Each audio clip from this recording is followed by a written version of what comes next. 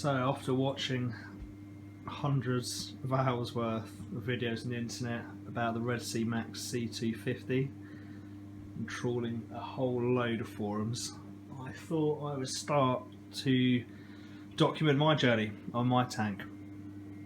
So I haven't really started this from the beginning. As you can probably tell, the tank is set up and running. So I guess if I go back to the beginning, I managed to pick up this tank off eBay. I didn't happen to have a couple of grand knocking around for a new one. But yeah, I got it for a good price. It took about 2.5 days to clean, to scrub, to get everything out. It was in a pretty shit state, to be honest. But yeah, so everything was cleaned, everything was working. I have made some mods to this since I've had it. I'll talk you through those either in this video or the next one. And I have upgraded and done a few bits and pieces. Again, it's information I've got off forums, off other reefers, from research I've done. Yeah, and it's running pretty well. So I will take you through some of the mods and some of the equipment that are currently in the tank.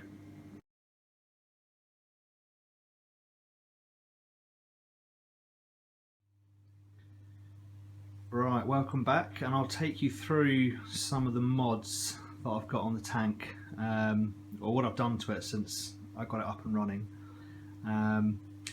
Okay, so when I bought it, it was a standard Red Sea Max C250 with the standard equipment in. There'd been no modifications by the previous owner. But having done like a bit of research, I sort of found out there's a few bits and pieces I could do to get it running how I wanted to run it. Basically, I like an easy life, so I want to make this tank as low maintenance as possible. But while still maintaining the ability to keep SPS and a nice healthy tank. So apologies for not doing updates from the beginning of this tank. So this one's going to contain quite a bit of everything I've done so far. But going forward, I hope to take so maybe 2 weekly, maybe even monthly updates, just so I can track the progress of the tank and the growth of my corals. Okay. So if I take you in, I'll start in the back chambers of the tank and I'll show you some of the things I've done. So it's the stock skimmer, which you probably can't see very well there, unfortunately. The lighting's not great because the lights are off, but stock skimmer is in with the heater. Now in both of the 2 rear chambers, I've cut the sponges down to about half their size. I've got in the heater chamber there, well, so next to the heater chamber, which would be the chamber that's there for the extra pump if you hook up a chiller. I've currently got a sack of live rock rubble from my previous tank. To be honest, I'm going to probably start removing that gradually because I want to be running a skimmer and a chiller and a UV at some point in the next spring.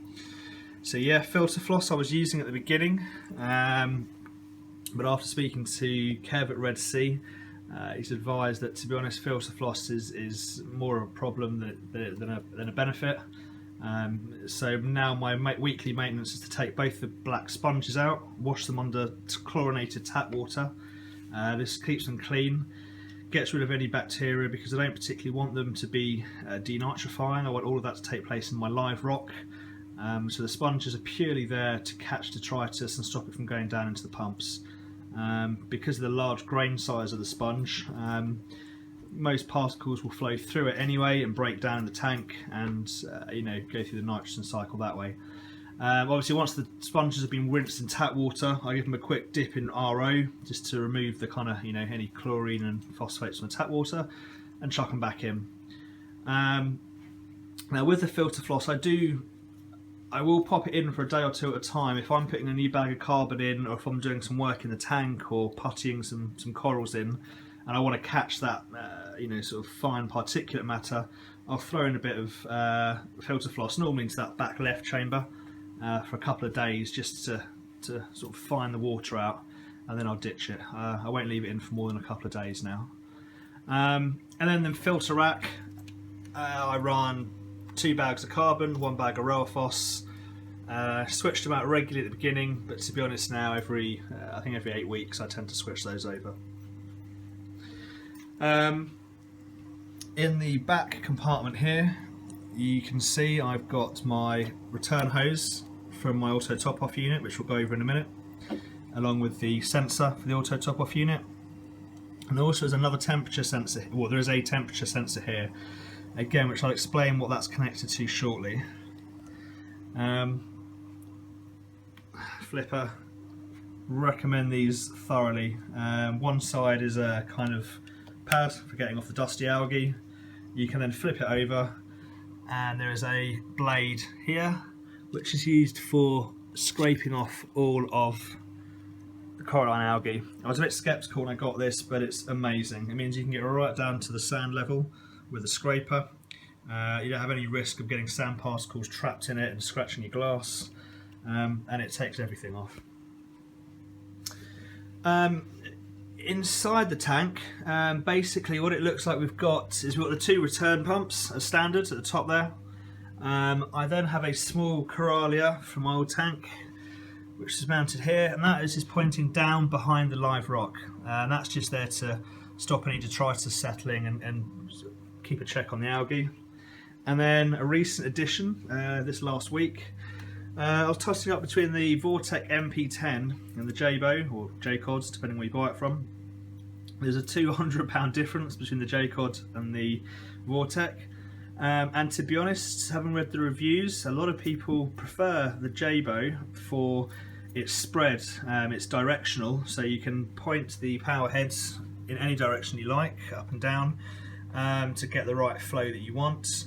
And it comes with a relatively basic controller, so you can do different wave modes, wavelengths and speed. It's not as pretty as the Vortec. Obviously the Vortec I think perhaps looks prettier, and also you don't get the heat issues as the pump is on the outside with the Vortec. But to be honest, this hasn't added much heat to my tank. It's completely silent, being that it's in the tank, and it's giving great flow. It's really dusted off my corals. In fact, I need to do a bit of moving around today because it's started to excavate my sand somewhat just down the bottom here. If I take you underneath the tank, I will show you the rest of my bits and pieces. So, in the left hand cupboard I've got my auto top up unit, currently switched off. I need to switch that back on again. So you can just see that up at the back. No, that's something else I turned off.